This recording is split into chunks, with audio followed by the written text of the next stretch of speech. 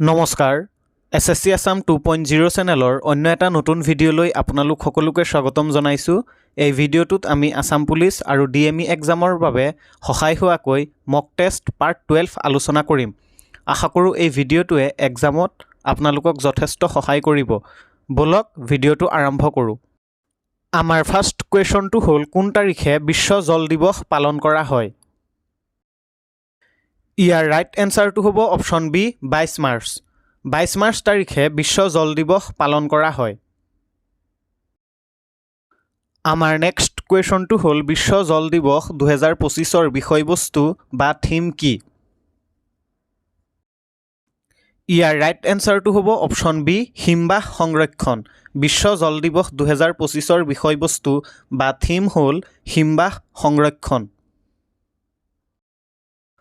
আমাৰ নেক্সট কুৱেশ্যনটো হ'ল আন্তঃৰাষ্ট্ৰীয় অলিম্পিক কমিটিৰ প্ৰথম মহিলা অধ্যক্ষ হিচাপে কোন নিৰ্বাচিত হৈছে? ইয়াৰ ৰাইট এনচাৰটো হ'ব অপশ্যন চি কিষ্ট্ৰি কভেন্ট্ৰি। আন্তঃৰাষ্ট্ৰীয় অলিম্পিক কমিটিৰ প্ৰথম মহিলা অধ্যক্ষ হিচাপে কিষ্ট্ৰি কভেন্ট্ৰি নিৰ্বাচিত হৈছে। আমাৰ নেক্সট কুৱেশ্যনটো হ'ল শেহতীয়াকৈ কোনে 59 সংখ্যক জ্ঞানপীঠ বঁটা প্ৰাপক হিচাপে নিৰ্বাচিত হৈছে? ইয়াৰ ৰাইট এনচাৰটো হ'ব অপশ্যন চি বিনোদ কুমাৰ শুক্লা। শেহতীয়াকৈ 59 সংখ্যক জ্ঞানপীঠ বঁটাৰ বাবে বিনোদ কুমাৰ শুক্লা নিৰ্বাচিত হৈছে। আমাৰ নেক্সট কুৱেশ্যনটো হ'ল বিশ্ব বতৰ বিজ্ঞান দিৱস কোন তাৰিখে পালন কৰা হয়? ইয়াৰ ৰাইট এনচাৰটো হ'ব অপশ্যন চি 23 মাৰ্চ। বিশ্ব বতৰ বিজ্ঞান দিৱস প্ৰত্যেক বছৰেই 23 মাৰ্চ তাৰিখে পালন কৰা হয়। আমাৰ নেক্সট কুৱেশ্যনটো হ'ল তলত উল্লেখ কৰা কোনজন সাধক ছত্ৰপতি শিৱাজীৰ সমসাময়িক আছিল? ইয়াৰ ৰাইট এনচাৰটো হ'ব অপশ্যন এ টুকাৰাম। টুকাৰাম ছত্ৰপতি শিৱাজীৰ সমসাময়িক আছিল। আমাৰ নেক্সট কুৱেশ্যনটো হ'ল কোন ঠাইত তৃতীয় বৌদ্ধ পৰিষদ থাৰ্ড বুদ্ধিষ্ট কাউন্সিল অনুষ্ঠিত হৈছিল? ইয়াৰ ৰাইট এনচাৰটো হ'ব অপশ্যন বি পাটলিপুত্ৰ। তৃতীয় বৌদ্ধ পৰিষদ থাৰ্ড বুদ্ধিষ্ট কাউন্সিল পাটলিপুত্ৰত অনুষ্ঠিত হৈছিল। আমাৰ নেক্সট কুৱেশ্যনটো হ'ল তলত উল্লেখ কৰা ৰাজ্যসমূহৰ ভিতৰত কোনখন ৰাজ্যই ম্যানমাৰৰ সৈতে সীমা ভাগ নকৰে? ইয়াৰ ৰাইট এনচাৰটো হ'ব অপশ্যন চি অসম। অপশ্যনকেইটাত যিকেইটা ৰাজ্যৰ নাম দিয়া আছে তাৰ ভিতৰত অসমে ম্যানমাৰৰ সৈতে সীমা ভাগ নকৰে। আমাৰ নেক্সট কুৱেশ্যনটো হ'ল ভাৰতৰ কোনখন ৰাজ্যত লখোটা হ্ৰদ অৱস্থিত? ইয়াৰ ৰাইট এনচাৰটো হ'ব অপশ্যন এ গুজৰাট। লখোটা হ্ৰদ গুজৰাটত অৱস্থিত। আমাৰ নেক্সট কুৱেশ্যনটো হ'ল কংগাৰ ভেলী ৰাষ্ট্ৰীয় উদ্যান কোনখন ৰাজ্যত অৱস্থিত? ইয়াৰ ৰাইট এনচাৰটো হ'ব অপশ্যন চি ছত্তীশগড়। কংগাৰ ভেলী ৰাষ্ট্ৰীয় উদ্যান ছত্তীশগড় ৰাজ্যত অৱস্থিত। আমাৰ নেক্সট কুৱেশ্যনটো হ'ল অট্টুকাল পংগলা উৎসৱ কোন ৰাজ্যত পালন কৰা হয়? ইয়াৰ ৰাইট এনচাৰটো হ'ব অপশ্যন এ কেৰেলা। অট্টুকাল পংগলা উৎসৱ কেৰেলা ৰাজ্যত পালন কৰা হয়। আমাৰ নেক্সট কুৱেশ্যনটো হ'ল পূব মধ্য ৰেলৱেৰ ইষ্ট চেণ্ট্ৰেল ৰেলৱেৰ মুখ্য কাৰ্যালয় ক'ত অৱস্থিত? ইয়াৰ ৰাইট এনচাৰটো হ'ব অপশ্যন বি হাজিপুৰ। পূব মধ্য ৰেলৱে ইষ্ট চেণ্ট্ৰেল ৰেলৱেৰ মুখ্য কাৰ্যালয় হাজিপুৰত অৱস্থিত। আমাৰ নেক্সট কুৱেশ্যনটো হ'ল পদ্মাৱত গ্ৰন্থখনৰ লেখক কোন আছিল? ইয়াৰ ৰাইট এনচাৰটো হ'ব অপশ্যন বি মালিক মহম্মদ জয়সী।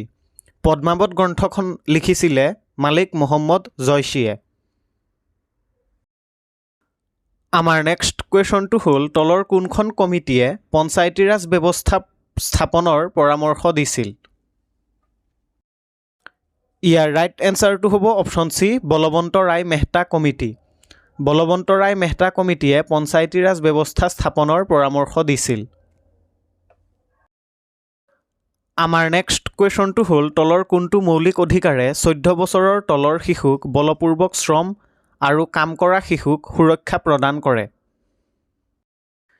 ইয়াৰ ৰাইট এনচাৰটো হ'ব অপশ্যন চি, শোষণৰ বিৰুদ্ধে অধিকাৰ। শোষণৰ বিৰুদ্ধে অধিকাৰে 14 বছৰৰ তলৰ শিশুক বলপূৰ্বক শ্ৰম আৰু কাম কৰা শিশুক সুৰক্ষা প্ৰদান কৰে। আমাৰ নেক্সট কুৱেশ্যনটো হ'ল কোন চনত বিশ্ব বাণিজ্য সংস্থা ৱৰ্ল্ড ট্ৰেড অৰ্গেনাইজেশ্যন স্থাপন কৰা হৈছিল?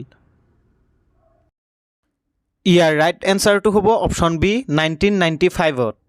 বিশ্ব বাণিজ্য সংস্থা ৱৰ্ল্ড ট্ৰেড অৰ্গেনাইজেশ্যন 1995ত স্থাপন কৰা হৈছিল।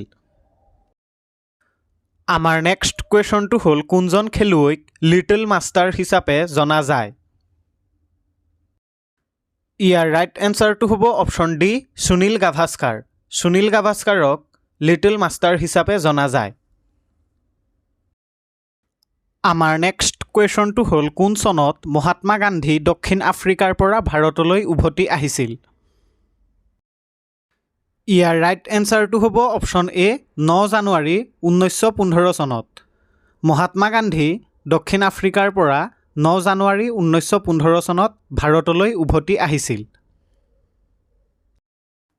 আমাৰ নেক্সট কুৱেশ্যনটো হ'ল কোনজন ব্যক্তিৰ বিৰুদ্ধে যুঁজি মূলা গাভৰুৰ মৃত্যু হৈছিল? ইয়াৰ ৰাইট এনচাৰটো হ'ব অপশ্যন এ, তুৰ্বাক খান। তুৰ্বাক খানৰ সৈতে যুঁজি মূলা গাভৰুৰ মৃত্যু হৈছিল। আমাৰ নেক্সট কুৱেশ্যনটো হ'ল ৰায়মনা ৰাষ্ট্ৰীয় উদ্যান ক'ত অৱস্থিত? ইয়াৰ ৰাইট এনচাৰটো হ'ব অপশ্যন বি, কোকৰাঝাৰ। ৰায়মনা ৰাষ্ট্ৰীয় উদ্যান কোকৰাঝাৰ জিলাত অৱস্থিত।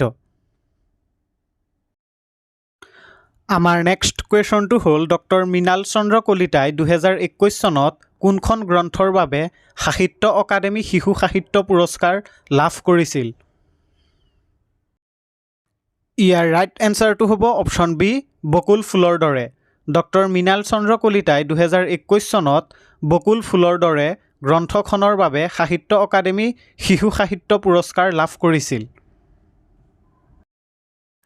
আমাৰ নেক্সট কুৱেশ্যনটো হ'ল ব্ৰহ্মপুত্ৰ উপত্যকাৰ সাৰ নিগম লিমিটেড ক'ত অৱস্থিত? ইয়াৰ ৰাইট এনচাৰটো হ'ব অপশ্যন এ, ডিব্ৰুগড়। ব্ৰহ্মপুত্ৰ উপত্যকাৰ সাৰ নিগম লিমিটেড ডিব্ৰুগড় জিলাত অৱস্থিত। আমাৰ নেক্সট কুৱেশ্যনটো হ'ল কাঠনিবাৰী ঘাট চুটিগল্পৰ ৰচক কোন? ইয়াৰ ৰাইট এনচাৰটো হ'ব অপশ্যন এ, মহিম বৰা। কাঠনিবাৰীৰ ঘাট চুটিগল্পটিৰ ৰচক মহিম বৰা। আমাৰ নেক্সট কুৱেশ্যনটো হ'ল বৰ্তমান অসমৰ স্বাস্থ্যমন্ত্ৰীজনৰ নাম কি? ইয়াৰ ৰাইট এনচাৰটো হ'ব অপশ্যন এ, অশোক সিংঘল। বৰ্তমান অসমৰ স্বাস্থ্যমন্ত্ৰীজনৰ নাম অশোক সিংঘল। আমাৰ লাষ্ট কুৱেশ্যনটো হ'ল উত্তৰ পূব ভাৰতৰ আটাইতকৈ ডাঙৰ নদী কোনখন? ইয়াৰ ৰাইট এনচাৰটো হ'ব অপশ্যন ডি, ব্ৰহ্মপুত্ৰ। উত্তৰ পূব ভাৰতৰ আটাইতকৈ ডাঙৰ নদীখনৰ নাম হ'ল ব্ৰহ্মপুত্ৰ নদী।